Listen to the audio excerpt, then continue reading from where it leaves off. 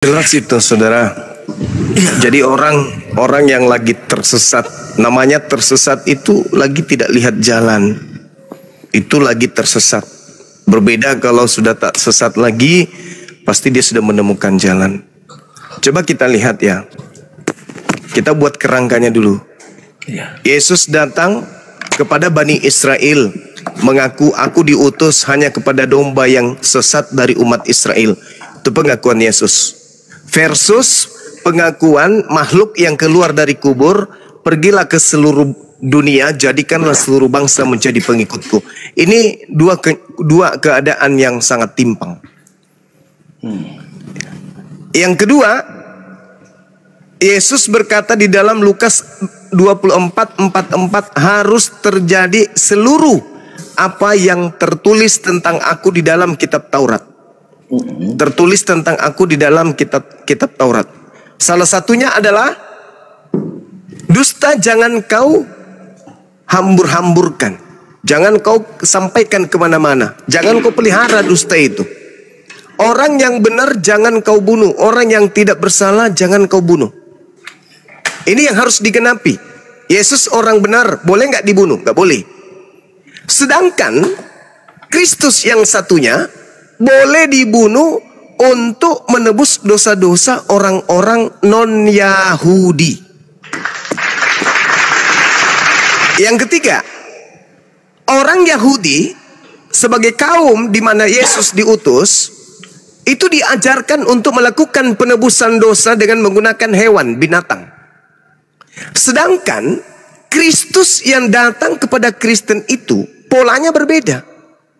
Menebus dosa dengan cara apa? Dengan cara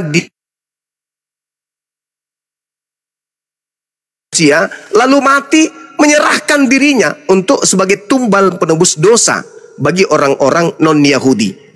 Itu yang ketiga. Yang keempat, sebelum dia terangkat ke langit, dia mengatakan apa? Aku harus pergi, sebab kalau aku tidak pergi, roh kebenaran itu tidak akan datang. Berarti Yesus yang pergi, yang datang bukan Yesus. Yohanes 14:16, aku akan minta kepada Bapakku agar Bapakku mengutus seorang penolong lain selain daripada aku. Berarti yang datang setelah dia bukan dia, tapi penolong lain. Anehnya, pada kerangka yang lain, poin keempatnya, Kristen mengaku bahwa yang datang kepada Paulus itu bernama Yesus Kristus. Sudah berbeda polanya, kerangkanya itu sudah berbeda. Nah, ini aja dulu 4 hal yang sangat sederhana bagi orang-orang yang intelektualnya lumayan bisa memahami bahwa ternyata memang Yesus ini punya duplikat. Yesus mengatakan yang terakhir, yang keempat tadi, apa kata Yesus?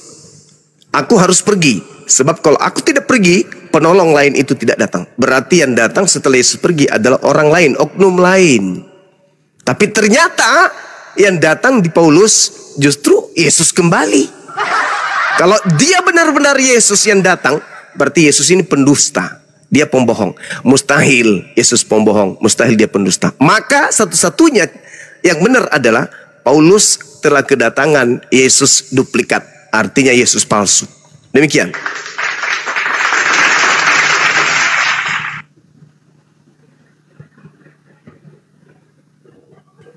Bang Santai silakan. Oke Mas, terima kasih penjelasannya. Sekali semuanya mungkin nggak bisa dijawab. Satu-satu saya jawab ya Pak ya. Poin satu tadi ya, poin satu menarik tuh. Anda mengatakan bahwa Yesus berkata, aku hanya diutus untuk domba-domba yang hilang dari bangsa Israel. Oke, benar perkataannya.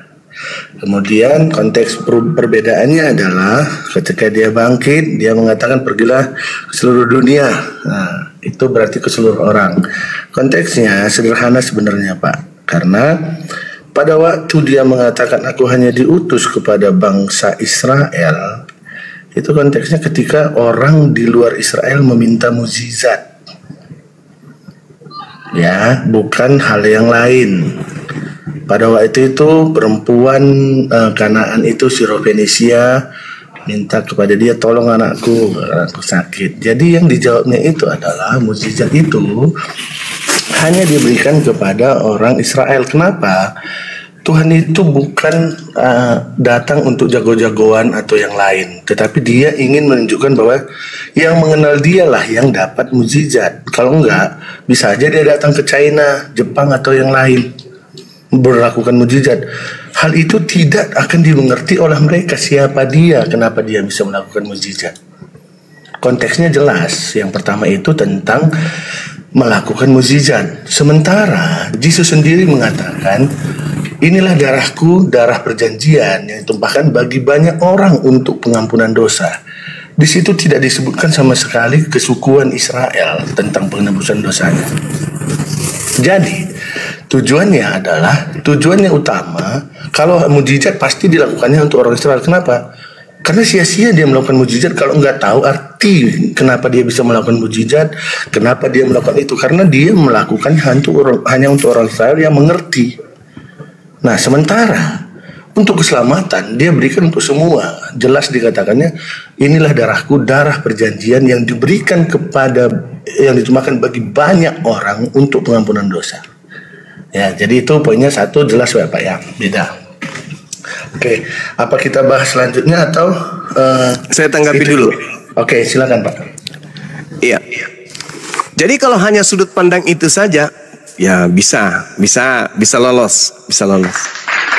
Hanya saja sayangnya, ketika Yesus mengatakan dia diutus hanya kepada domba,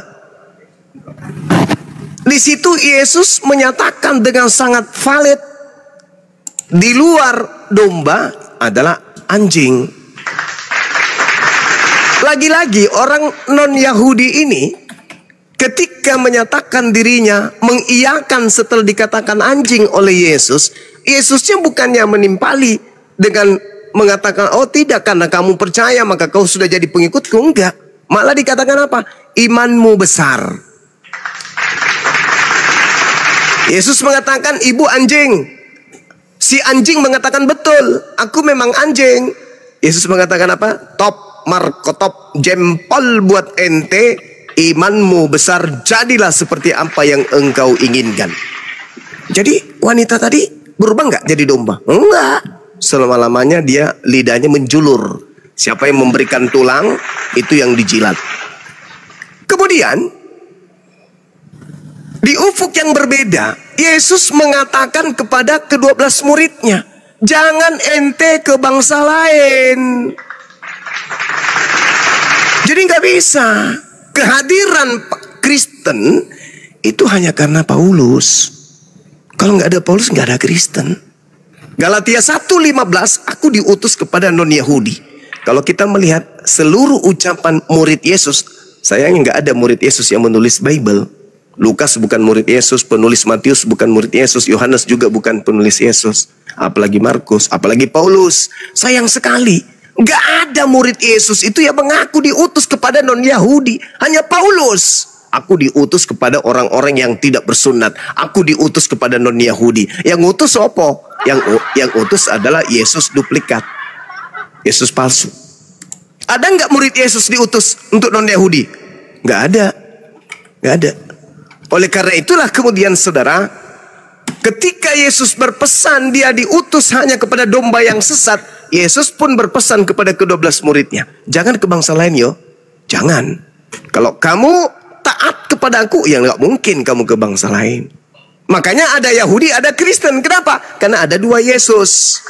Yesus yang pertama mengajarkan tentang Yudaism. Mereka menjalankan hukum Taurat. Matius 23, nomor 1, nomor 2, nomor 3. Jangan kau mengikuti. Sebab orang-orang ahli kitab dan orang Farisi telah menduduki kursi Musa.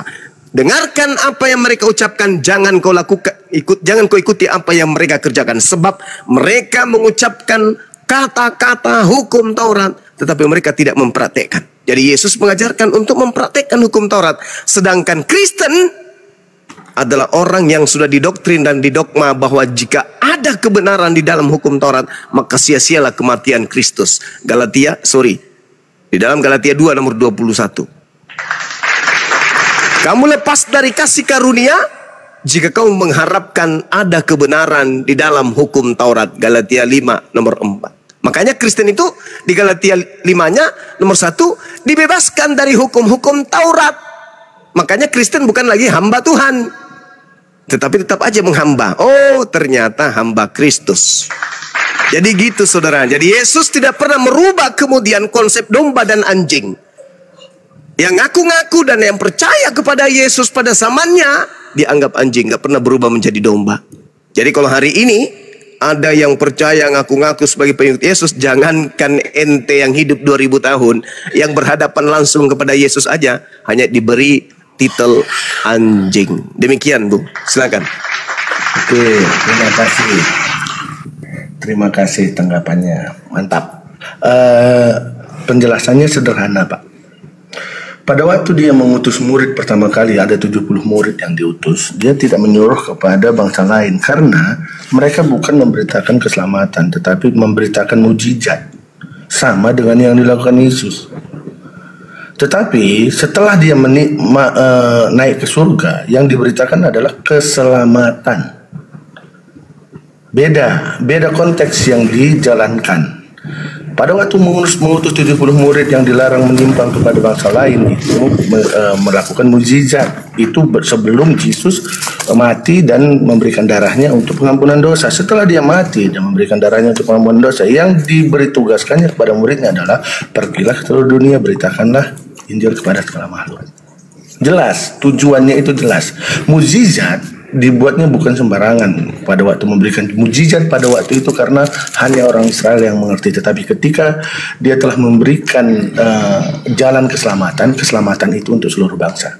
Dan kedua, tadi Anda mengatakan bahwa tidak ada satu pun murid Yesus yang memberikan memberikan Injil kepada bangsa-bangsa lain. Anda mungkin kurang baca. Anda mungkin pernah tahu tentang yang namanya Cornelius. Cornelius itu langsung Petrus loh yang memberikan penginjilan kepada dia dan membaptis malahan. Nah, di situ disebutkan bahwa di Kisah Rasul 10:45 ada dikatakan, dan semua orang yang percaya dari golongan bersunat yang menyertai Petrus tercengang-cengang karena mereka melihat bahwa karunia Roh Kudus dicurahkan ke atas bangsa-bangsa yang lain juga. Anda mengatakan bahwa tidak ada satu pun murid Yesus yang menyeberang ke bangsa lain. Cornelius itu orang Itali, perwira Itali, dan dia diselamatkan, diutus oleh Tuhan khusus kepada Cornelius. Itu Pak. Jadi semua yang Anda katakan tadi terbantahkan dengan jelas. Silakan Pak. Oke, baik.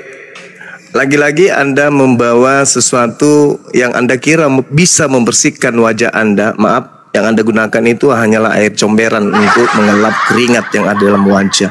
Kisah Para Rasul 10 yang Anda bawa itu melanggar etika di dalam berpikir.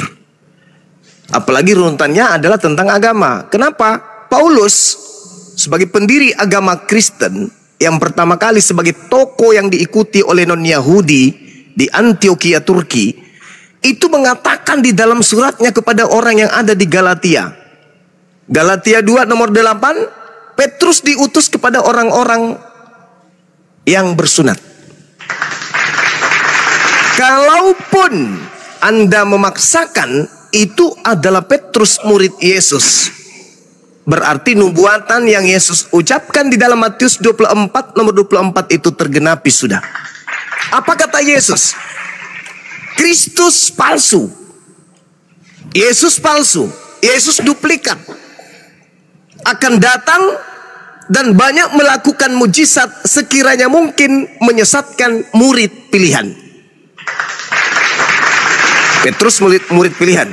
Kalau dia sampai keluar mengajarkan ajarannya apapun itu, berarti dia sudah kerasukan setan. Matius 10 nomor 5 itu nggak bisa dipungkiri. Yesus berpesan kepada Petrus, jangan ke bangsa lain. Kalau ternyata Petrus ke bangsa lain sampai dia ke Cornelius membaptis dia, berarti Petrus ini menggenapi nubuatan Yesus dalam Matius 24 nomor 24 bahwa murid pilihan akan disesatkan oleh Yesus palsu. Makanya saudara, coba Anda lihat di dalam Matius 28, nomor 18, nomor 17, nomor 18-nya. Keluar dari kubur, murid-muridnya ada yang percaya, ada yang ragu, ada yang ketakutan. Kenapa? Karena mereka tidak pernah dititipkan ilmu dari gurunya bahwa dia akan bangkit dan menjadi Tuhan. Dia menjadi Tuhan, dia menjadi Kristus. Maksudnya orang yang keluar dari kubur ini menjadi Kristus oleh karena Tuhan. Itu dijadikan sebagai simbol kepada angkatan jahat. Yesus yang kau salibkan itu telah dijadikan menjadi Tuhan dan Kristus. Menjadi Tuhan dan Kristus. Bagi siapa? Bagi angkatan jahat. Jadi saya ulang lagi. Biar lebih jelas, kalau Anda mengatakan Petrus kemudian membaptis di Kaisarea seorang seorang panglima atau perwira bernama Cornelius itu, berarti Anda sudah menyatakan penggenapan dari nubuat Yesus kalau muridnya juga akan disesatkan oleh Kristus atau Yesus palsu. Demikian. Oke, saya tanggapi ya Pak. Ya, saya tanggapi. Silakan. Anda mengatakan bahwa Petrus sesat tanpa dasar. Pertama, Petrus membaptis dan Roh Kudus menyertai. Kemudian Petrus jelas-jelas melakukan pergumulan sebelum mendatangi Cornelius. Dia mengatakan perumpamaan dibuat Yesus makanan haram dan tidak haram. Artinya dalam pandangan Petrus pada waktu itu sama dengan Anda, bahwa itu tidak boleh melakukan penginjilan kepada non-Israel. Tetapi Tuhan mengatakan apa yang kau nyatakan halal, jangan kau katakan haram, itu makanannya. Jadi itu yang diperintahkannya. Makanya setelah itu dia berangkat menuju rumah Pak Cornelius. Nah, jadi Anda mengatakan Petrus sesat, dengan sederhana dijawab oleh seluruh perikop itu, seluruh kejadian ceritanya secara keseluruhan. Tidak ada sesatnya, tetapi memang kehendak Tuhan bahwa ke bangsa-bangsa yang lain. Pencapannya juga pernyataannya dimeteraikan dengan Roh Kudus. Kemudian Anda tadi membawa ayat Matius 24 ayat 24. Sebab Mesias-Mesias palsu dan nabi-nabi palsu akan muncul dan mereka akan mengadakan tanda-tanda dahsyat dan mujizat-mujizat sehingga sekiranya mungkin mereka menyesatkan orang-orang pilihan juga, sekiranya mungkin. Oke, Anda mengatakan bahwa itu yang menjadi nubuat Yesus bahwa Petrus akan tersesat. Di sini sama sekali tidak mengatakan bahwa untuk bangsa lain, ya, nggak ada disinggung bangsa lain. Kemudian Anda salah mengutip nama Yesus dengan Mesias. Yesus itu nama, Mesias itu jabatan. Ya, jadi tidak ada Yesus yang lain. Mesias ada disebut. Nah, ini yang diurapi juga, ini juga diurapi. Tetapi Yesus yang secara pribadi yang dikatakan di dalam yang lahir dari Maria dan lain-lain itu namanya Yesus namanya. Sementara Mesias itu salah satu jabatannya atau julukannya atau jati dirinya. Seperti itu. Jadi kalau Anda mengatakan nubuatnya tergenapi ketika Cornelius dibaptis, nggak ada nyambungnya. Ya, jadi cari dalil yang lain yang lebih nyambung, yang memang mengena. Silakan Pak.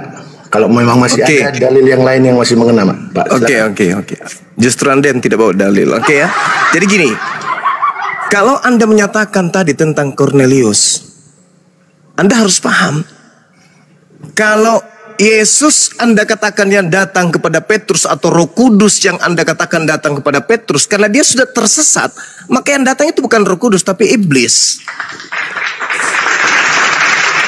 Yesus yang mengatakan itu. Matius 24, ketika Anda membaca secara cermat, Kristus yang dimaksud Yesus itu adalah dirinya.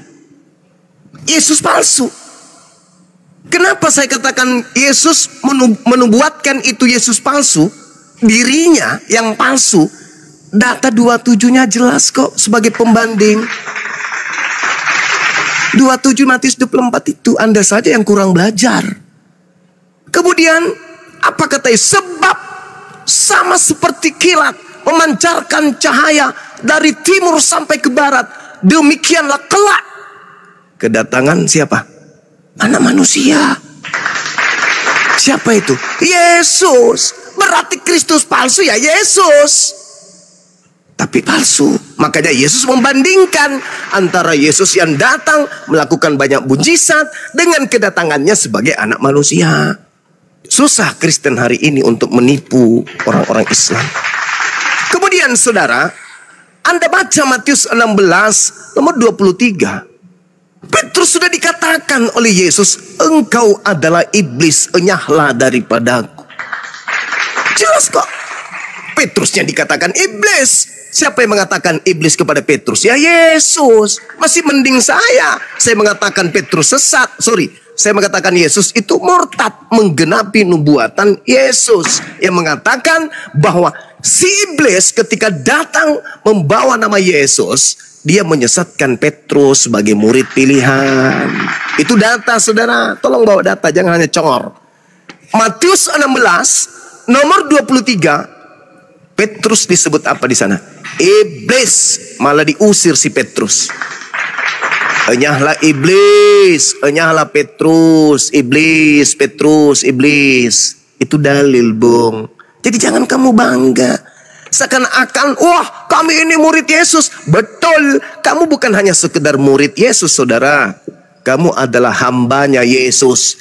Tapi Yesus palsu. Yesus palsu yang Anda sembah itu. Silakan. Oke, saya jawab ya. Terima kasih penjelasannya. Tetapi tetap saya melihat tidak nyambung. Oke, saya baca semua ayat-ayat sebagai referensi Anda. Pertama, Anda tetap merujuk kepada Matius 24. Matius 24 itu berbicara tentang akhir zaman sebenarnya. Pada waktu kejadian Petrus tidak ada sama sekali, belum sama sekali akhir zaman. Ya, karena di sana jelas dikatakan apa yang ditaruh di sana adalah akhir zaman. Kemudian di ayat 27 tadi dikatakan, sebentar ya, bukan ayat 7 yang ada anak manusianya tadi.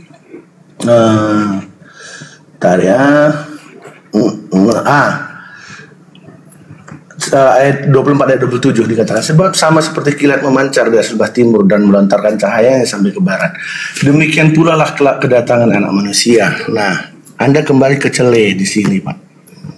Pertama tadi Anda menyebut Mesias di sana. Tuhan itu bukan asbun, sembarang ngomong, tidak tahu kapan membedakan mana fungsi Mesias, mana fungsi anak manusia, menggambarkan apa. Itu yang Anda nggak paham. Jadinya Anda terbaur pikiran Anda jadi bingung sendiri. Mesias adalah pengajar yang diurapi. Yang diurapi untuk memerintah dan lain-lain. Raja juga disebut Mesias dan lain-lain. Tetapi di ayat 27 jelas yang dikatakan di sana merujuk kepada anak manusia. Berarti keberadaan Yesus sebagai anak manusia, dia datang sebagai anak manusia yang lahir punya darah dan daging, itu yang akan datang kedua kalinya nantinya. Bukan sebagai pengajar dan lain-lain, tetapi keberadaannya sebagai anak manusia itu datang. Yang dia naik ke atas itu juga anak manusia naik ke atas. Anak manusia duduk di sebelah kanan Allah Bapa. Itu artinya anak manusia, anak yang melahirkan secara manusia itu di atas di surga akan turun lagi dalam keadaan yang seperti itu. Gambaran yang Anda dapatkan itu sama sekali tidak benar. Nah, oke.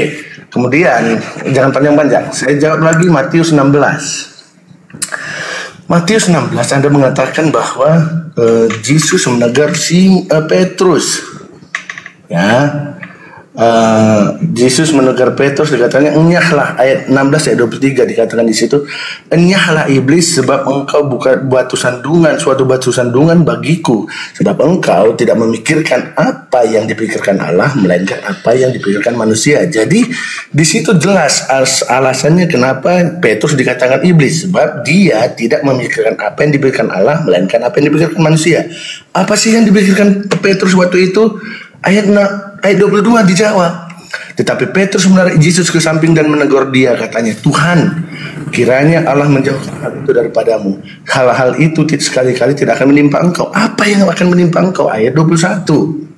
Sejak itu Yesus mulai menyatakan kepada murid-muridnya bahwa ia harus pergi ke Yerusalem dan menanggung banyak penderitaan dari pihak orang tua, imam kepala dan ahli Taurat, lalu dibunuh dan dibangkitkan pada hari ketiga.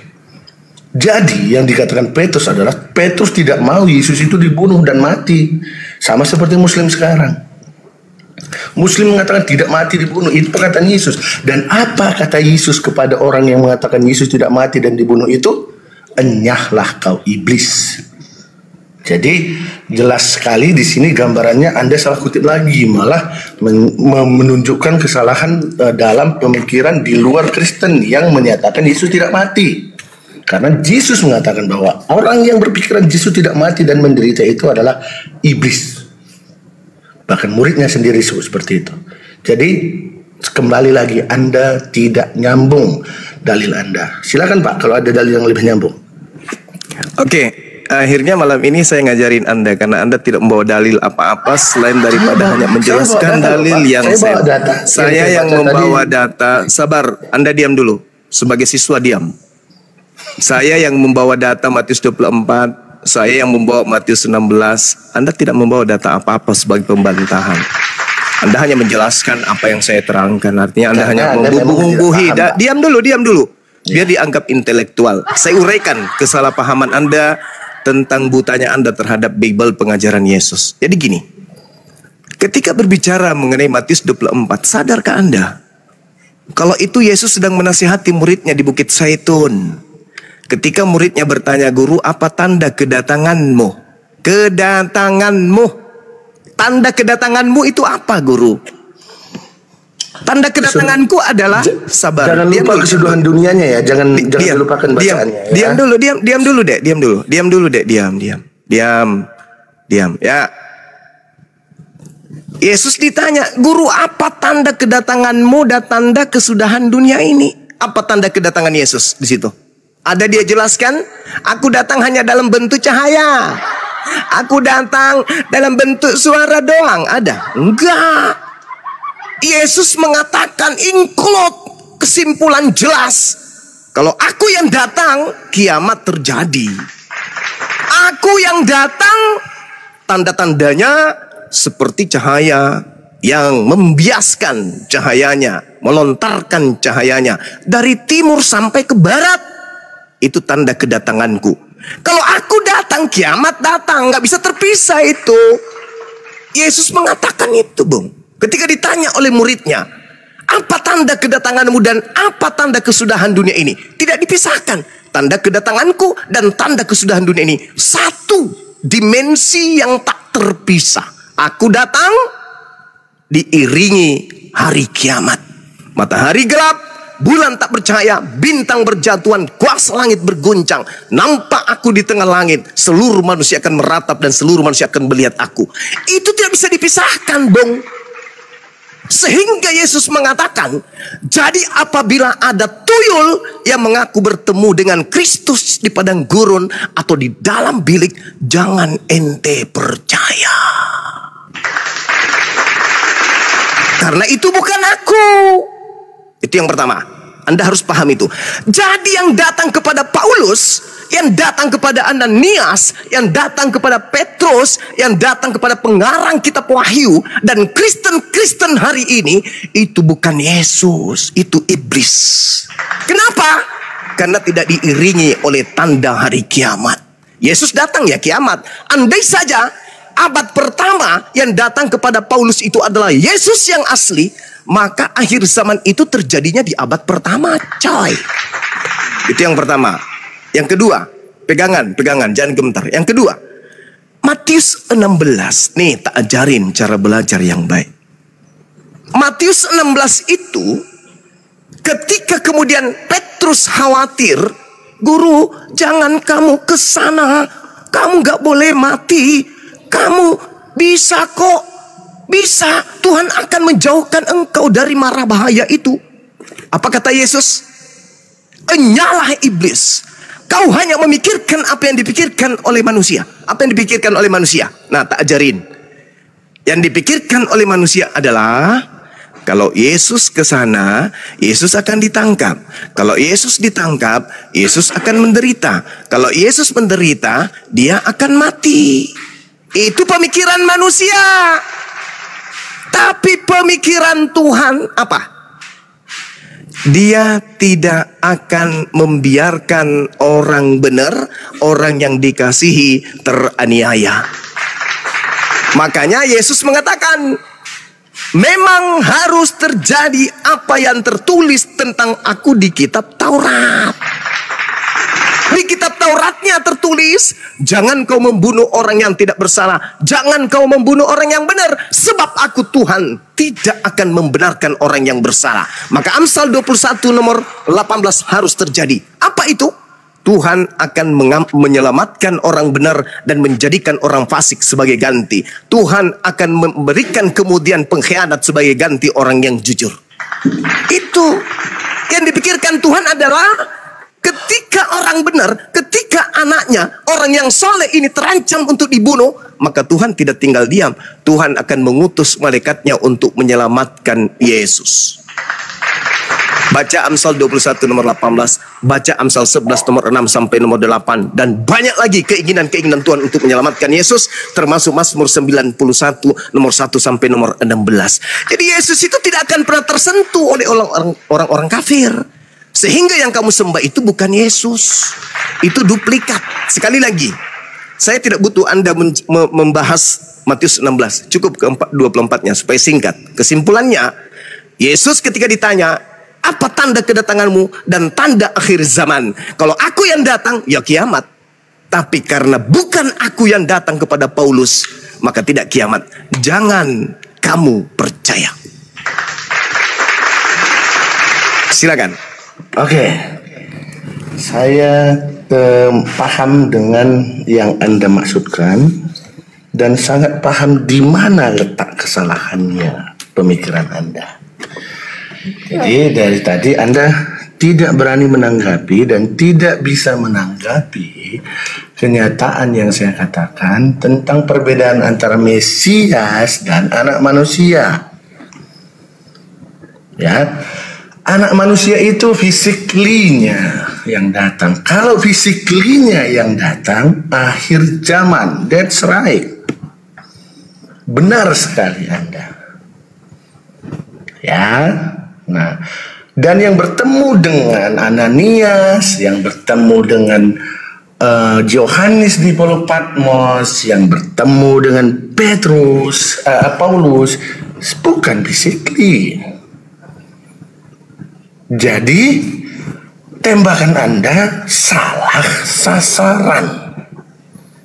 Kalau Anda mengatakan bahwa itu harus akhir zaman dulu baru boleh ketemu Paulus, Ananias dan lain-lain. Hey, itu kedatangan anak manusia sebagai anak manusia. Jadi pengertian-pengertian ini pahami dulu, baru mulai nyerocos dan membuat kesimpulan. Ya, itu satu. Yang kedua, ini jangan mengarang bebas kalau ada yang tertulis, Pak. Nah, itu yang penting.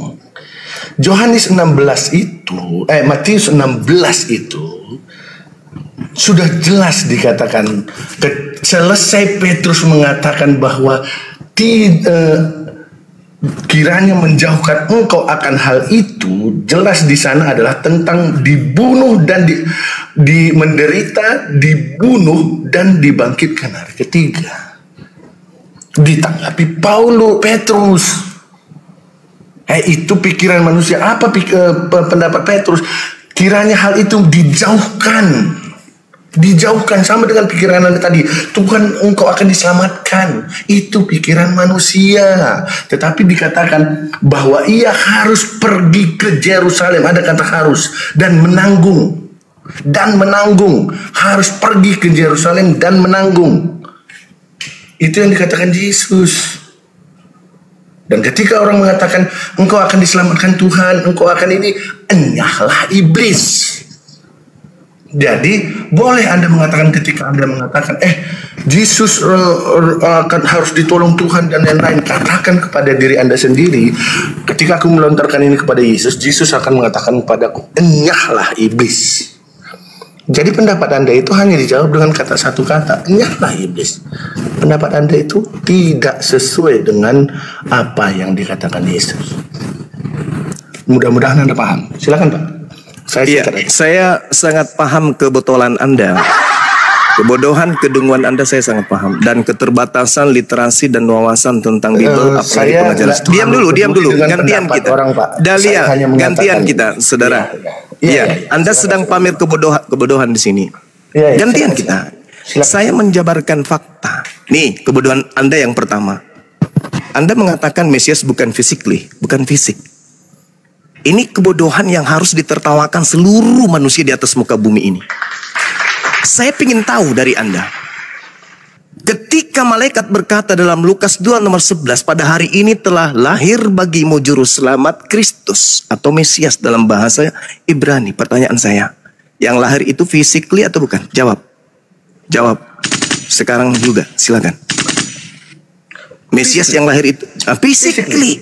Terus kenapa Anda mengatakan seakan-akan Mesias palsu itu tidak physically? Dan Yesus yang mengatakan anak manusia physically. Maksud lu apa? Supaya jangan panjang, kita ya silakan. Apa maksud Anda mengatakan bahwa yang dimaksud Yesus Mesias palsu bukan physically? Kalau Anda mengatakan bukan fisik yang dimaksud Yesus, berarti kena ente ini yang datang kepada Paulus itu bukan fisik. Lukas berapa itu ya? Hari itu Lukas berapa? Mau belajar dia. Anda mau belajar? Hari ini mau jadi murid?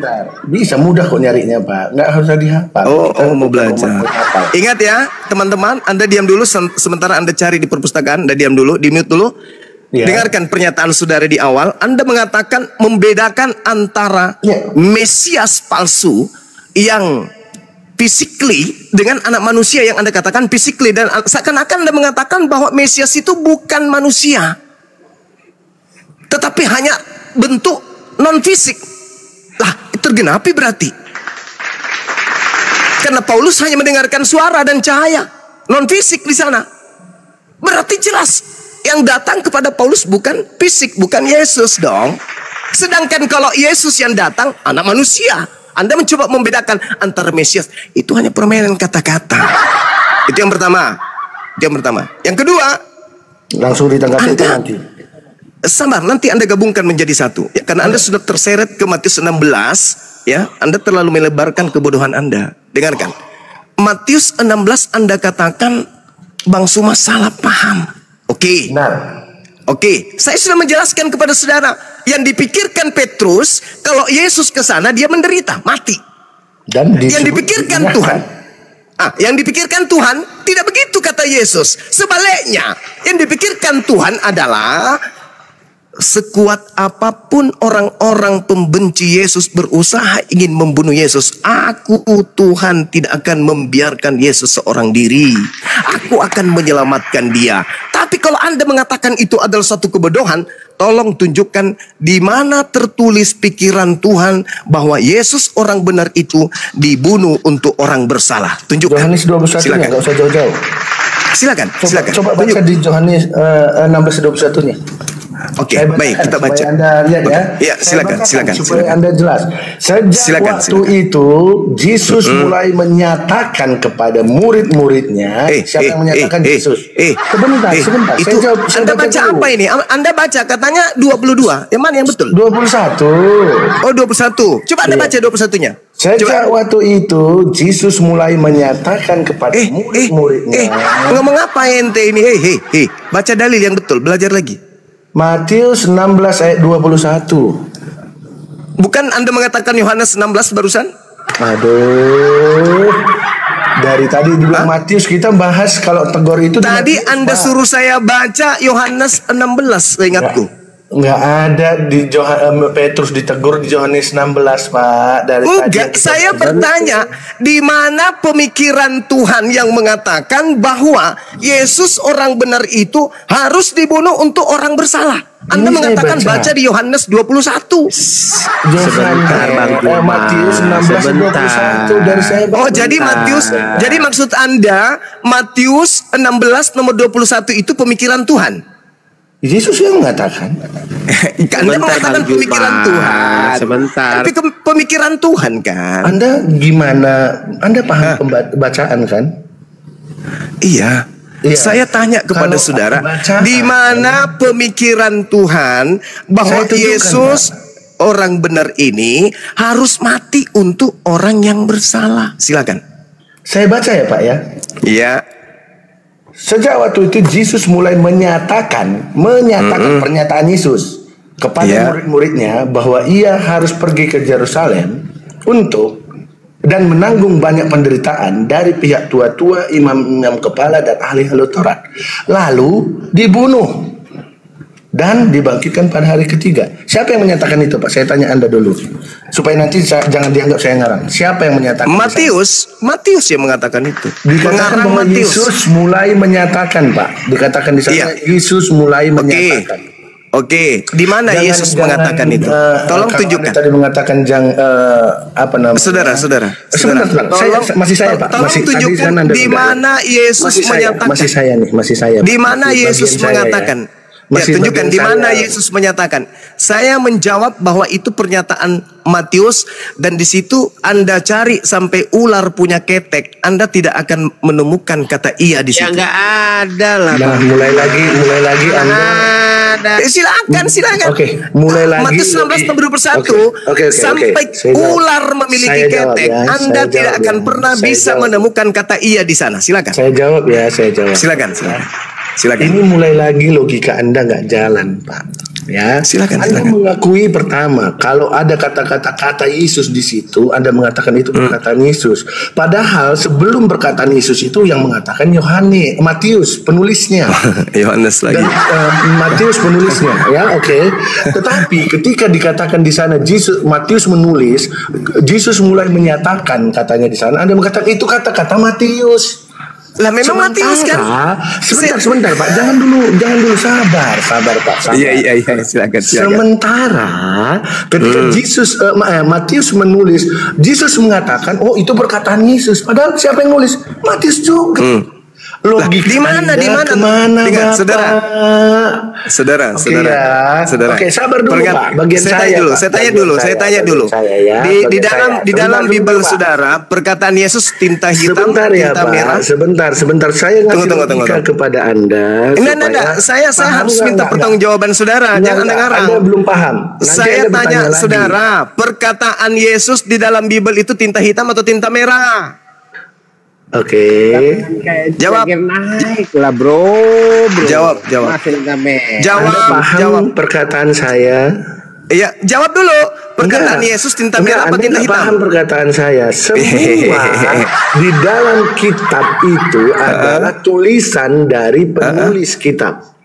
Iya, yang tinta merah ucapan Yesus atau tinta hitam? Benar enggak? Pertanyaan saya. Benar enggak? Saya ulang lagi. Menurut tradisi Bible, ucapan Yesus di dalam Bible, diam dulu. Di dalam Bible, yang ucapan Yesus tinta merah atau tinta hitam? Jawab. Enggak sanggup lagi dan jawab. Lu lah, malu dia. Malu. Gimana Anda katakan? Malu dia. Malu dia. Ucapan Yesus tinta merah atau tinta hitam? Komen-komen ucapan merah atau tinta merah atau tinta hitam ucapan Yesus dalam Bible. Oke, saya anggap Anda mulai seperti kekanak-kanakan, jadi saya akan menanggapi Anda sebentar. Oke. Saya jawab Anda dengan cara menjelaskan kepada anak-anak. Oke. Ya, silakan Pak, silakan. Anak-anak. Iya, Pak Guru. Ya. Kitab Injil itu ditulis oleh manusia, Pak. Oh, yang saya tanya bukan siapa yang menulis, Pak. Yang saya tanya, ucapan Yesus itu di dalam Bible warna hitam atau warna merah, Pak Guru. Jangan nipu saya, Pak Guru. Kalau tadi Anda udah paham, saya akan lompat dengan jelas. Kalau Anda setingkat SMA, saya akan lompat. Ya udah, silakan Anda jelaskan. Ucapan Yesus di Bible itu ucapan tinta merah atau tinta hitam, Pak Guru? Anak-anak, makanya saya akan saudara-saudara, dari sejak dulu kita kalau diskusi sama orang Kristen itu, dia menyampaikan bahwa ucapan Yesus itu tinta merah, yang hitam itu pengantar-pengarah. Dia membawa Matius 16 nomor 21 itu tinta hitam. Berarti itu bukan ucapan Yesus. Sulit, sangat sulit. Kristen selihai apapun dia, meskipun dia kayak belut listrik, berhadapan dengan apologet Islam, tidak akan pernah bisa lolos. Kenapa? Karena musuh terberatnya Kristen itu adalah Bible itu sendiri. Matius 16:21 itu bukan ucapan Yesus. Itu ucapan pengantar oleh pengarang Matius. Ya. Itu harus direnungkan oleh orang-orang Kristen, bahwa ternyata wakil Kristen ketika naik di komal Islam hanya bisa menipu dan membohongi diri sendiri. Dan di dalam Matius 16:21 itu tidak ada kata iya. Sejak waktu itu Yesus mulai menyatakan kepada murid-muridnya bahwa ia harus, iya itu tidak ada. Kata iya itu nggak ada di situ. Itu sisipan, teman-teman. Dalam original teks itu tidak ada kata iya. Hadirkan pakar bahasa Yunani. Tunjukkan kalau ada di original teksnya kata iya di sana. Itu nggak ada. Itu penambahan saja dalam terjemah. Tidak ada kata iya. Kalau kita merujuk kepada original teksnya, kata iya di sana hanya nongol sekali, aperkomai. Artinya pergi atau pergilah. Susah memang, susah. Orang Kristen ini susah karena lawannya adalah Bible. Kita hanya mengarahkan mereka supaya mereka itu sehat. Saya kira begitu teman-teman sekalian. Oke, ada Bang sahabat Chris. Silakan Bang sahabat Chris. Ya, Kristen Bang ya. Kristen Bang. Ya, selamat malam. Silakan saudara. Ya. Apa yang disilakan? Tidak menyimak dari tadi perdiskusian? Belum Bang. Ini baru masuk ini. Oke, saya mulaikan dulu ya. Tulisan merah itu, perkataan Yesus itu tulisan hitam, plat merah atau plat hitam Pak Chris di dalam Bible? Kebanyakan kalau tulisan merah itu memang perkataan Yesus, tapi tidak selamanya itu menjadi perkataan Yesus. Di mana contohnya Pak? Tinta merah bukan ucapan Yesus itu di mana? Di data berapa? Di surah apa? Nomor berapa? Bab berapa? Saya nggak bisa menentukan di mana surah mana. Cuman pernah saya baca, tapi tidak semuanya itu tinta merah itu menjadi perkataan Yesus. Saya sendiri nggak pernah nemukan ada tinta merah bukan ucapan Yesus. Pernah, saya lupa di mana pasalnya. Waduh. Pernah, cuman saya lupa. Itu ada. Oh, tapi kebanyakan tinta merah itu memang perkataan Yesus mayoritasnya. Cuma ada satu. Saya paham.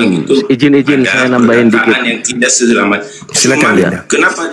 Kenapa kadang-kadang penulisan di situ, walaupun bukan perkataan yang diucapkan oleh Yesus ditulis dengan tinta merah, karena di perkataan itu yang berhadapan dengan dia itu ya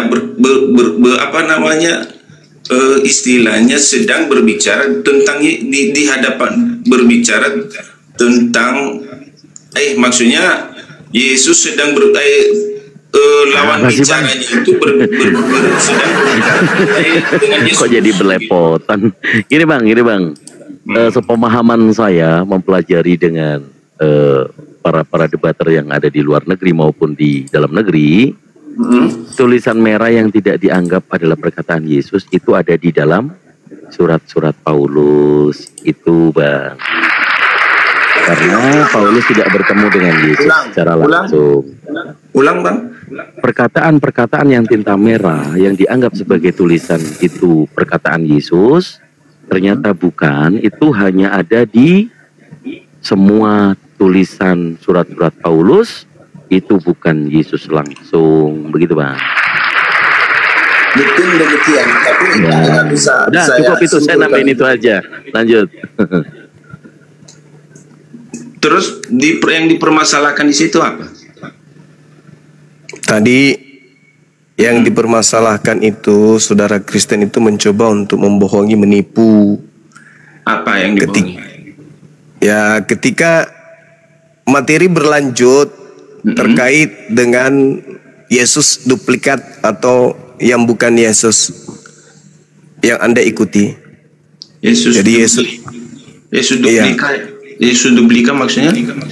Yesus palsu yang datang kepada Kristen, yang disembah oleh Kristen hari ini itu bukan Yesus asli. Itu Yesus palsu. Datanya di mana?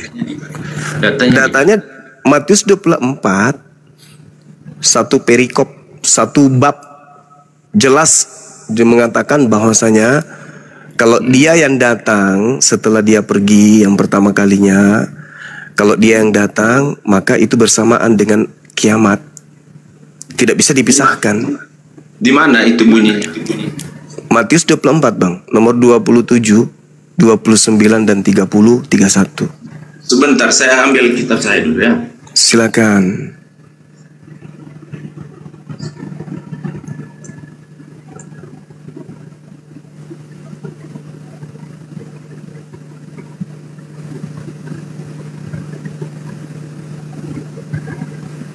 Waspadalah.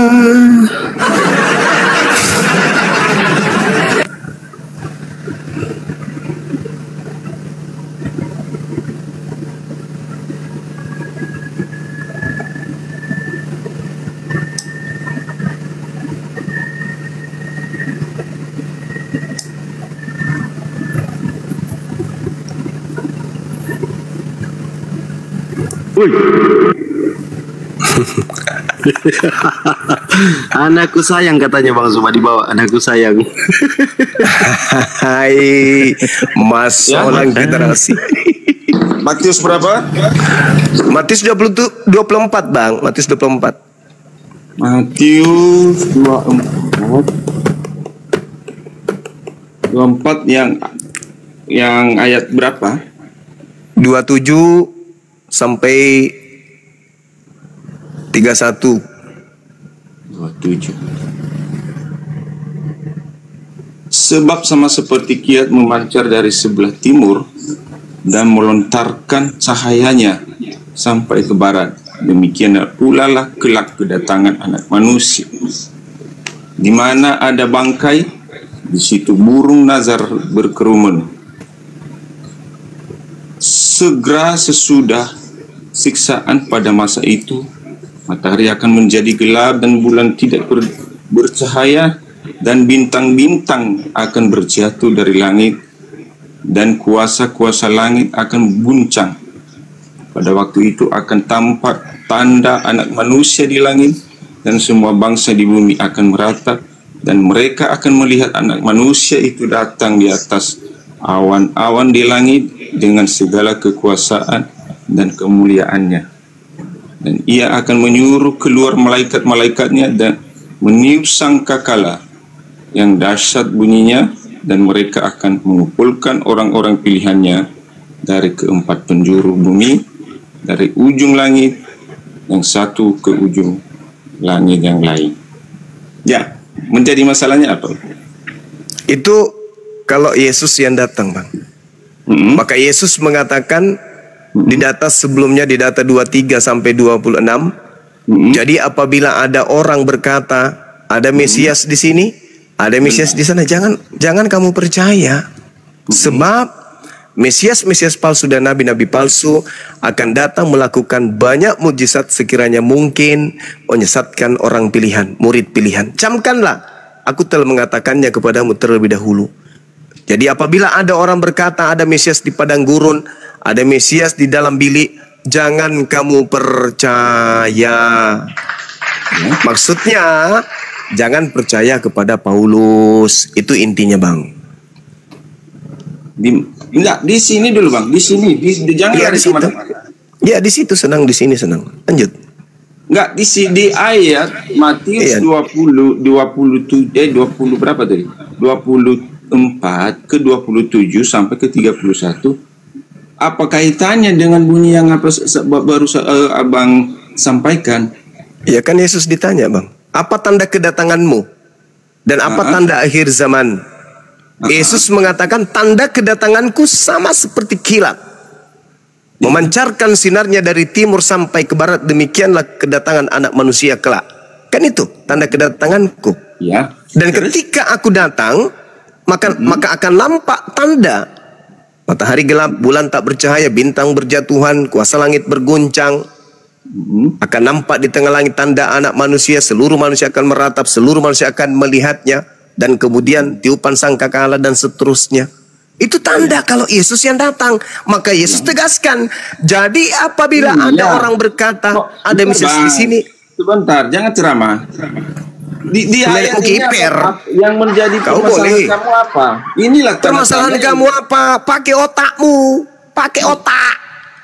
Yesus justru ditanya. Anda itu yang Anda memakai otak.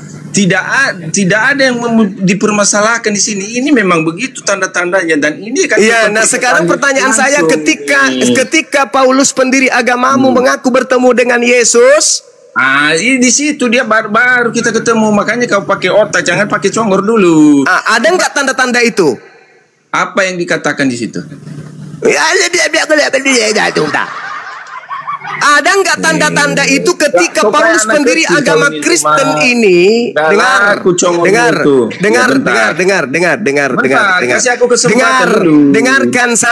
Dengarkan saya, wahai manusia stupid, dengar. Ketika kemudian Yesus mengatakan itu, bahwa ini tanda kedatanganku, A, B, C, D, E, F, G, H, I, J, K, L, M, N. Pertanyaan saya, ada nggak tanda-tanda A sampai L itu pada Paulus ketika dia mengaku bertemu dengan Kristus di padang? Ada nggak? Jawab. Ada nggak? Ada. Coba, di mana matahari menjadi gelap, bintang berjatuhan ketika Yesus datang kepada Paulus? Katanya, mana? Sabar.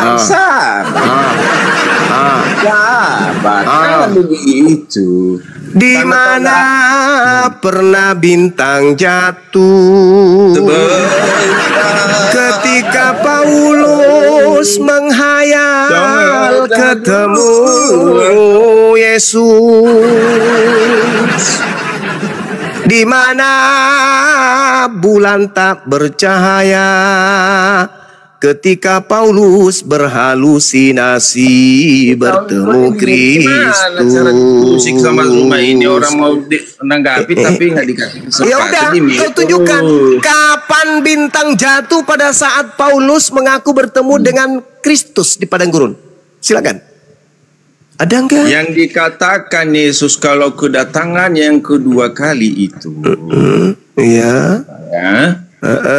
seperti yang saudara mulai barusan tadi, mulai mau diskusi enggak? Kau congor kali kau di rumah. Mulai.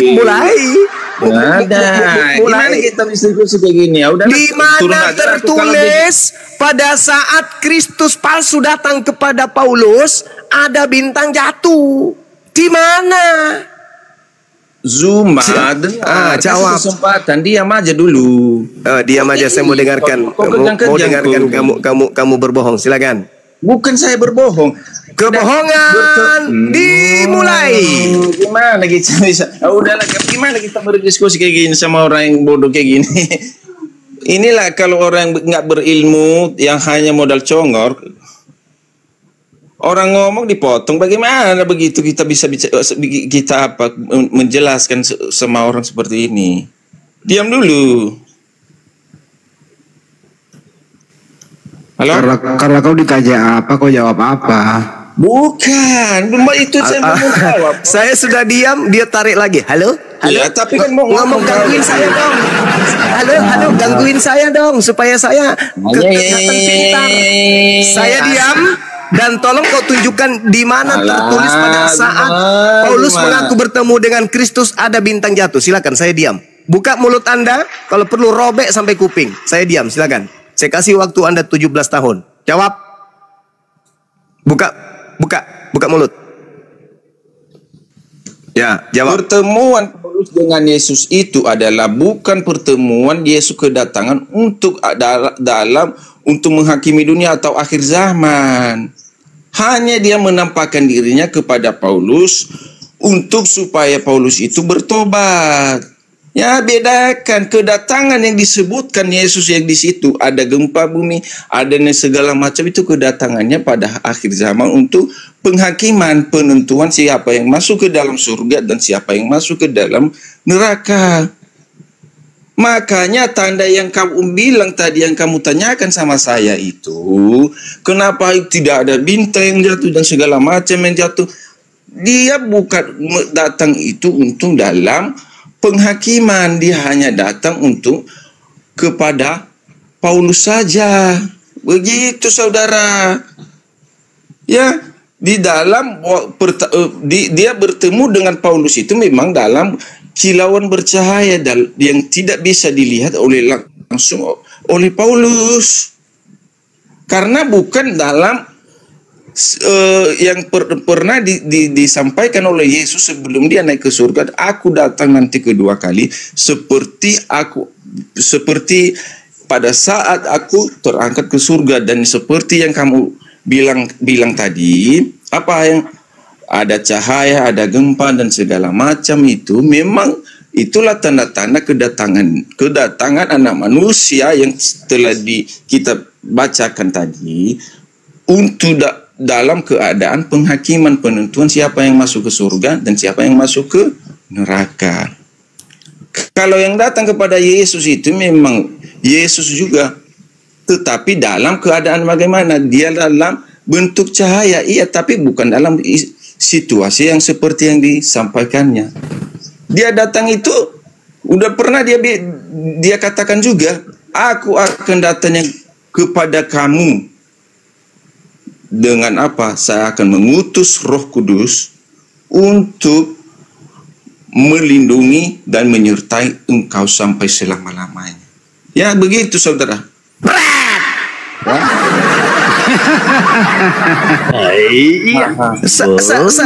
Saya minta di mana matahari menjadi gelap, bulan tak bercahaya. Pada saat yang datang kepada Paulus itu adalah Yesus asli. Yesus mengatakan, kalau aku yang datang, kalau aku diikuti, dibarengi tanda-tanda anak manusia. Loh, yang datang kepada Paulus tidak dibarengi tanda-tanda anak manusia. Apa kata Yesus? Jangan kamu percaya. Sebelum saya permalukan kamu sampai ke ubun-ubun, silakan kau berbicara. Justru aja yang malu, cuma kamu tidak membedakan. Bagaimana teman-teman? Apakah langsung kita permalukan saudara kita ini atau jangan? Kamu justru itu sudah malu. Jangan. Karena kamu tidak membedakan perkataan apa yang dikatakan Yesus itu. Sikat Gurunda, sikat. Dalam bentuk keadaan apa dia kedatangan, dia datang dengan seperti yang kamu bilang tanda-tandanya. Oke. Dengarkan saya dulu, dengarkan. Saya hanya ingin mempermalukan Anda di sini karena kesombongan Anda. Saya ingin tahu dari Anda, menurut Bible, Yesus menyatakan diri setelah dia terangkat ke langit. Dia menyatakan diri dalam bentuk apapun, intinya menyatakan diri di atas dunia ini, di atas bumi ini, itu berapa kali? Jawab. Maksudnya? Yesus menyatakan diri menurut Bible itu berapa kali setelah dia terangkat ke langit? Yesus menyatakan dirinya bagaimana nih? Menyatakan dirinya, entah itu menyatakan dengan suara, entah itu apapun itu berapa kali dia menyatakan diri nanti setelah dia terangkat ke langit? Yang ada di dalam Bible. Setelah dia terangkat ke langit. Atau sesudah dia bangkit atau setelah dia nih? Setelah dia terangkat ke langit. Setelah dia terangkat ke langit, maksud kamu dia akan kembali untuk menampakkan dirinya kepada manusia atau kepada nabi-nabi. Berapa kali datang menyatakan diri lagi? Berapa kali? Kalau di dalam Bible kamu menanyakan sampai seperti itu, saya tidak bisa menjawab. Sekarang begini. Ada di Bible. Sekarang begini. Bentar, saya mau orangnya jujur. Kalau memang nggak ada, bukan kayak orang lain suka berdusta atau menipu. Kalau ini nggak belum bisa saya menjawab, ada ketika menjawab, menyatakan, udah nggak bisa menjawab. Lanjut. Jadi gini, saudara, kalau yang datang kepada Paulus itu adalah Yesus asli, Dan yang datang nanti di akhir. Sabar Kamu yang dulu. mendalilkan. Coba kau buktikan kata-kata kamu itu. Saudara, dengarkan saya, saudara. Kita ini memberikan edukasi, bukan kalah menang. Enggak. Aduh, di mana ayatnya seperti itu nanti kalau orang menjawab? Karena kamu kan mendalilkan, kamu harus bertanggung jawab dengan dalil yang kamu katakan. Coba makanya sebelum saya memberikan dalil, saya ajukan pertanyaan. Kalau yang datang kepada Paulus itu adalah Yesus asli, dan yang datang nanti di akhir zaman juga Yesus asli, berapa kali Yesus menyatakan diri di dunia ini? Berapa kali menyatakan? Berarti 2 kali kalau gitu. 2 kali kan? Sabar dulu. 2 kali kan? Karena datang kepada Paulus menyatakan diri, dan datang di akhir zaman juga menyatakan diri. Berarti 2 kali kan? Tapi beda dia, Bang. Beda iya, tapi sama-sama menyatakan diri kan? Beda. Menyatakan pada saat dirinya kepada Paulus hanya dalam bentuk cahaya. Ya, itu menyatakan diri atau tidak? Ya, tapi kan menyatakan dirinya dalam bentuk cahaya. Tidak. Iya, tapi yang saya tanya itu menyatakan diri atau tidak? Bentar, Bang. Iya, bukan masalah. Paulus. Apa sih orang ngomong aja susah ngotot. Apakah Yesus menyatakan diri kepada Paulus kalau dia itu adalah Yesus? Hah? Apakah Yesus menyatakan diri kalau itu adalah Yesus? Ada, dia berkata demikian kok. Dalam bentuk siapakah kamu? Berarti dia menyatakan diri. Tuhan, apa yang dikatakan? Berarti dia menyatakan diri. Berarti dia menyatakan diri kan? Jangan diturunkan. Berarti dia menyatakan diri kan? Berbelit-belit kali ini ular. Ular macam apa kau ini? Kau yang ular, kau mengarah. Jadi Yesus menyatakan diri nggak di situ? Ya, menyatakan diri dalam ayat. Oke. Nanti setelah datang kedua kalinya dia menyatakan diri juga. Betul. Berarti berapa kali menyatakan diri?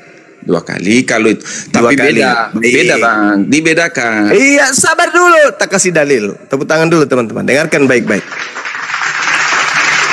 Sebab jika demikian, 2 kali yang dia katakan.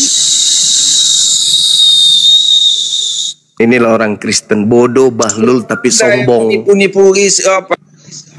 Inilah orang Kristen bodoh, sombong. Nah, dengarkan. Kau duduk yang cantik di situ ya. Dulu. Udah saya jelaskan. Diam dulu. Diam dulu. Anda sudah mengatakan bahwa yang datang kepada Paulus adalah Yesus menyatakan diri. Oke? Anda sudah mengatakan itu. Nah, sekarang dengarkan baik-baik dalilnya. Sebab jika demikian, Yesus harus berulang-ulang menderita sejak dunia ini dijadikan. Tetapi sekarang Yesus hanya 1 kali saja menyatakan dirinya pada zaman akhir untuk menghapuskan dosa oleh korbannya. Berapa kali? Di mana ya? Berapa kali tertulis?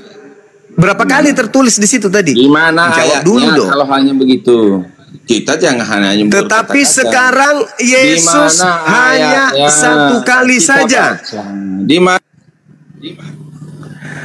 Sebab Yesus hanya 1 kali saja menyatakan dirinya. Di mana itu? Tunjukkan kita baca. Di kitab mana? Enggak, saya tanya dulu. 1 kali atau 2 kali? Di mana? Di kitab mana? Saya nggak bicara dengan angan-angan dan mimpi. Nggak mau saya begitu. Ada buktinya. Ibrani 9. Enggak? Ada datanya enggak? Ibrani 9 nomor 26. Ibrani 9.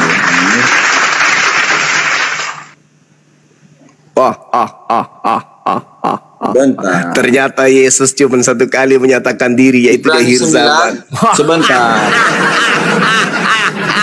Aduh. Ibrani 9, jangan ketawa dulu. Ibrani 9. Ibrani 9 berapa nih? Ternyata Yesus menyatakan diri hanya sekali saja. Berapa? Ini kita semua ini katanya. Makanya kalau orang ngomong dengerin. Tapi kayaknya Ibrani 9:26 budak 9:26. Yesus menyatakan diri hanya sekali, yaitu hanya di akhir zaman.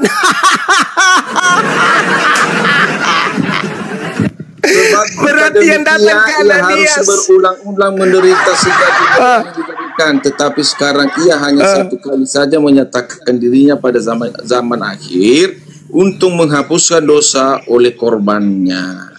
Terus kenapa begitu? Yesus menyatakan diri berapa kali? Satu kali untuk akhir zaman. Satu kali untuk akhir zaman. Pahami. Satu kali untuk akhir zaman. Ya. Satu Di kali situ dalilnya. untuk Tetapi akhir sekarang zaman. ia hanya satu kali saja menyatakan dirinya. Satu kali saja menyatakan dirinya.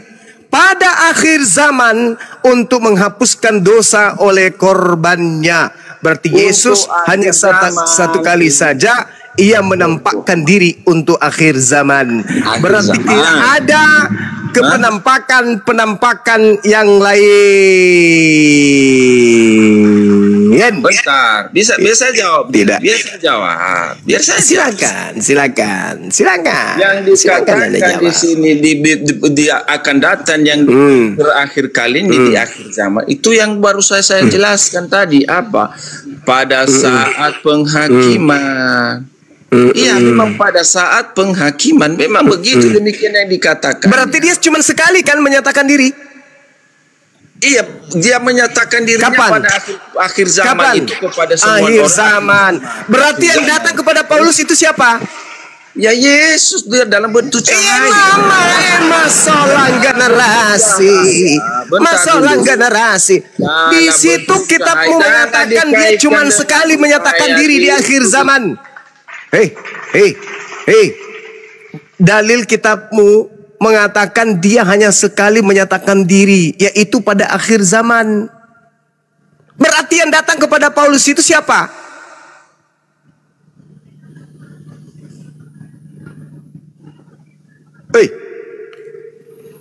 Yesus sekali saja menyatakan diri, yaitu pada akhir zaman.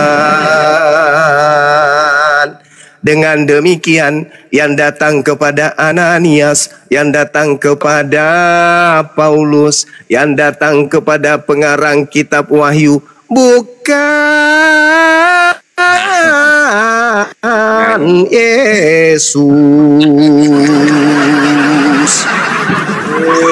Yesus yang datang kepada Ananias, bukan Yesus yang datang kepada Paulus. Jadi yang menyatakan diri di padang gurun ternyata benar bukan Yesus. Cahayu.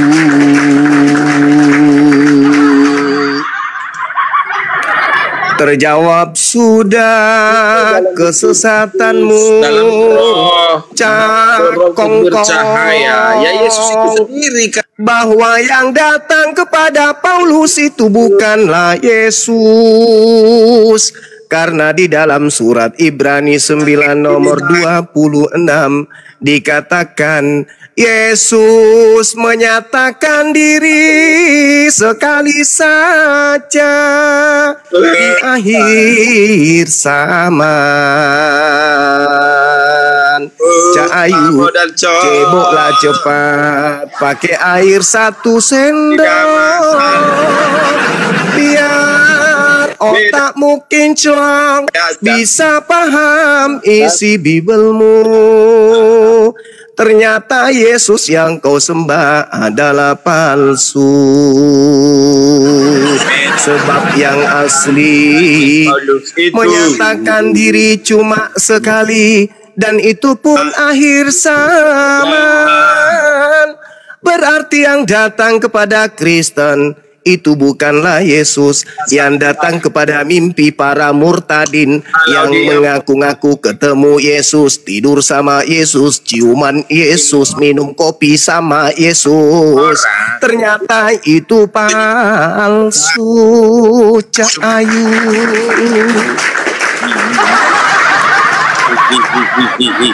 Dibedakan kalau ada otak. Ya, bedakan Zuma. Yesus menyatakan diri kapan? Di akhir zaman, kalau ada Nah, di akhir zaman berapa kali? Berapa kali? Penghakiman. Berapa kali? Satu kali. Tolong kamu tunjukkan legalitas. Sabar. Tolong kau tunjukkan legalitas penampakan Yesus kepada Paulus. Silakan. Tunjukkan. Malaikat mengatakan, Lukas 1:11 malaikat mengatakan, Yesus yang kau lihat terangkat ke langit itu akan datang kedua kalinya sama seperti engkau melihat dia naik ke langit. Betul. Lukas 11. Betul. Lukas 11 nomor 1. Betul. Oke? Betul. Nah, Betul. terus Apa terus masalahnya di situ? Di situ Yesus terangkat pakai jasadnya kan? Bentar, Lukas berapa? Lukas Yang 11 saya sebutkan tadi? Enggak salah. Makanya Lukas 11 Coba. itu Lukas 11 ayat Lukas 11 ayat 1. Lukas 11 ya atau Lukas 1? Kisah para rasul. Barusan kau bilang tadi Lukas. Ya, di situ menguji kepiawaianmu memahami. Aku kan sudah mengatakan malaikat berkata, Yesus yang kau lihat terangkat ke langit. Berarti kau sudah harus tahu itu. Itu kisah para rasul. Sudah dibuka kisah para rasul. Ayo. Gimana itu si Zuma ini? Saya ngajarin dia pula yang sombong. Mana orang ini? Siapa yang ngajarin kamu Bible ini, kuceluk? Di dalam kitabmu mengatakan, malaikat berkata, hai orang-orang Galilea, mengapa kau melihat berdiri ke langit? Yesus ini yang terangkat ke langit, meninggalkan kamu, akan datang kembali dengan cara sama seperti kamu melihat naik ke langit. Dia naik dengan jasadnya. Berarti turun sama seperti ketika engkau melihatnya dengan jasad. Berarti turun dengan jasad. Yang datang kepada Paulus, ada nggak legalitasnya? Sebentar bang, sebentar. Ada nggak legalitasnya yang datang kepada Paulus? Sebentar Zuma, saya baca, kita baca. Biar kasih aku kesempatan. Gimana saya bisa menjawab? Kau aja yang ngomong. Iya, ngomong aja. Kalau gitu aja lah, kau ngomong, aku turun aja. Selesai. Mau lari dia. Karena kamu tidak Ingat ya, kesempatan untuk menanggapi apa yang kamu katakan. Sahabat Kristus padang gurun, ingat. Ya, ingat. Ibrani 9 nomor 26. Yesus hanya datang sekali menyatakan diri, yaitu pada akhir zaman. Oke, itu legalitas. Malaikat berkata di dalam Kisah Para Rasul 1 nomor 11, Yesus datang dengan jasadnya. Itu legalitas pertama. Yesus legalitasnya juga jelas. Ketika ia datang nanti kedua kalinya, dia datang sebagai anak manusia. Matius 24 nomor 27. Oke, jelas itu ya. Legalitas datang dalam bentuk suara itu tertulis di mana? Silakan.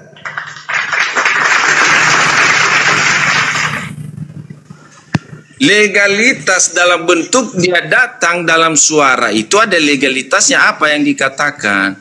Aku akan pergi ke rumah Bapakku dan aku akan memberikan penghibur. Ada siapa sebagai Itu masih di bumi itu, kuceluk ngomong kayak gitu. Hah? Bentar bang. Mana legalitasnya bahwa Yesus akan datang dalam rupa cahaya? Mana? Tunjukkan ke saya. Kalau itu nggak ada, memang nggak ada dalam. Ya nggak ada. Berarti yang datang kepada Paulus itu berupa cahaya itu siapa? Yesus itu kan cahaya. Iya. Yesus itu kan cahaya dalam bentuk cahaya. Masolang generasi. Saya minta legalitasnya dia datang. Dia datang. Anda mengatakan dia datang dalam bentuk cahaya. Di mana legalitasnya Yesus akan datang dalam bentuk cahaya itu di mana? Kalau itu yang tidak ada. Berarti yang datang kepada Paulus siapa? Yang datang kepada Paulus di padang gurun siapa? Iblis, paman. Musuhmu yang paling berat adalah Bibelmu, Cak Ayu.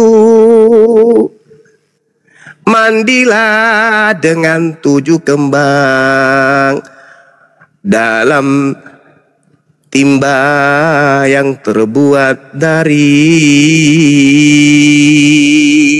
tempurung kelapa tua.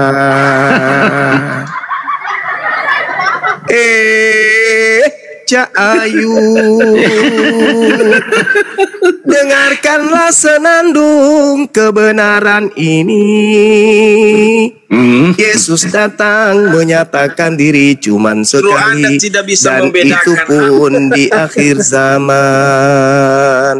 Jadi yang datang seperti olok-olok kepada Paulus berupa cahaya bukanlah Yesus anak Maria, tapi adalah Yesus Palusu. Kristen yang ada di Komal ini buka kamera, dia nggak sengaja dia buka kamera. bodoh-bodoh. Kristen yang ada di Komal ini, jangan kalian dibodoh-bodohi sama Zuma seperti yang dia narasi-narasi.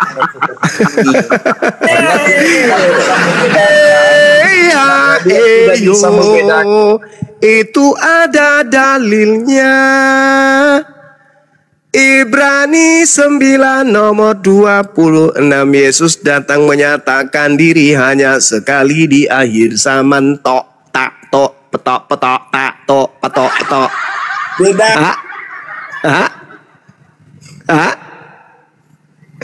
Bedakan menyatakan diri sekali cuman di akhir zaman dengan yang menyatakan diri kepada Paulus. Oke. Nah, dibedakan apa? Sekarang tolong kamu tunjukkan legalitasnya bahwa Yesus menyatakan dirinya akan datang dalam rupa cahaya. Itu tertulis di mana? Coba dulu tunjukkan legalitas bahwa Allah SWT-mu yang berkata-kata pada Muhammad di mana? Masolang generasi hancur mena. Ketika kemudian Nabi Muhammad bercerita tentang Allah, Allah Subhanahu wa taala menjelaskan apa? Innama yaftaril kadzibal ladzina la yu'minuna bi ayatillah wa ulaika humul kazibun. Sesungguhnya yang mengada-adakan kebohongan hanyalah orang yang tidak beriman kepada ayat-ayat Allah, dan mereka itu adalah pembohong. Mana legalitasnya kalau yang datang kepada Paulus berupa cahaya itu adalah Yesus? Mana legalitas yang dinyatakan oleh malaikat berdasarkan Kisah para Rasul 11 nomor 1? Yesus datang dalam berupa jasad manusia. Mana legalitas? Ibrani mengatakan Yesus datang menyatakan diri hanya sekali sebagai anak manusia. Yesus mengatakan dia datang sebagai manusia.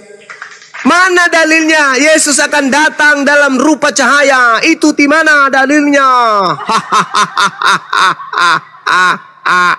Yang datang dalam rupa cahaya adalah iblis. Legalitasnya langsung dari mulut Yesus. Di mana tertulis? Lukas 10 nomor 18. Aku melihat iblis turun dari langit ke bumi berupa cahaya. Wah wah wah wah wah wah wah wah wah wah wah wah wah wah. Berarti yang datang kepada Paulus adalah Lukas berapa? Kita buka. Lukas berapa yang kamu bilang itu? Lukas berapa? Lukas 10, Cak Ayu. Belajar lagi dia. Ya, tapi kan kamu juga emangnya kamu udah menguasai apa? Udah kamu kuasai Al-Quran itu semua? Emosi nih. Emosi nih. Baca. Tuh. Lukas berapa? Itu sudah ditunjukkan. Masih bertanya dia. Lukas itu sudah ditunjukkan. Sebentar. Lukas 10 nomor 18, Pak Kris. Lalu Yesus orang Jawa meninggalkan penyembahan berhala. Tapi ada ajaran lagi yang datang ngajak menyembah makhluk padang gurun berupa cahaya. Kau sendiri orang mau ngomong, kau aja yang ngomong terus. Udah baca itu, baca. Karena yang di sini kan jatuh, yang dikatakan di sini apa yang dibilang 18 ini. Apa? Aku melihat iblis jatuh seperti kilat dari langit. Cahaya. Jatuh dari langit. Kilat. Berarti yang berupa cahaya itu apa? Yang berupa cahaya itu apa? Iblis. Oh, yang berupa cahaya. Tidak ada seperti itu dikatakan. Kilat. Emangnya ke semuanya yang dikatakan kalau jatuh itu iblis semua? Baju. Iya, kelapa jatuh dari pohonnya bukan iblis, tapi yang ini cahaya ini. Cahaya yang datang kepada Paulus. Cahaya yang datang kepada Paulus itu berupa cahaya itu apa? Ya cahaya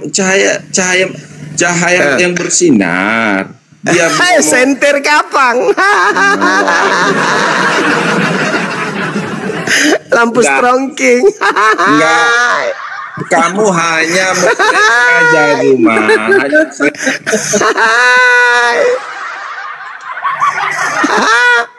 Satu ayat dengan yang lain. Begitu saudara ya. Memahami yang datang kepada Paulus berupa cahaya. Jangan dikaitkan. Kalau tidak ada hubungannya, jangan kau kaitkan. Loh, ya memang begitu. Di mana legalitasnya Yesus akan datang dalam rupa cahaya itu di mana? Kalau itu yang kamu minta, legalitasnya nggak ada. Cuman di Yesus nggak itu ada. Yesus tetapi ada nggak larangan Yesus? Sinar matahari ada. Saudara, kalau tetapi kamu ada nggak? Seperti kalau dia datang seperti tetapi itu. ada tidak larangan Yesus agar jangan percaya kalau ada orang mengaku bertemu dengan Kristus di padang gurun? Ada nggak larangan Yesus begitu? Ada. Nah, ketika Paulus mengaku bertemu dengan Yesus di padang gurun, perintah Yesusnya percaya atau jangan percaya? Yang mana dulu? Ahai. Yang dikatakan Yesus Ular itu ada macam apa kau ini, yang kawan? bagaimana? Percaya tidak apa yang dikatakan, buktinya enggak ada. Sesuai dengan faktanya. Yesus mengatakan apabila ada orang yang kadang-kadang Yesus berkata, apabila ada orang yang berkata ada Mesias di sini, jangan kamu percaya. Sakitnya hati ini, tapi Bang Suma benar.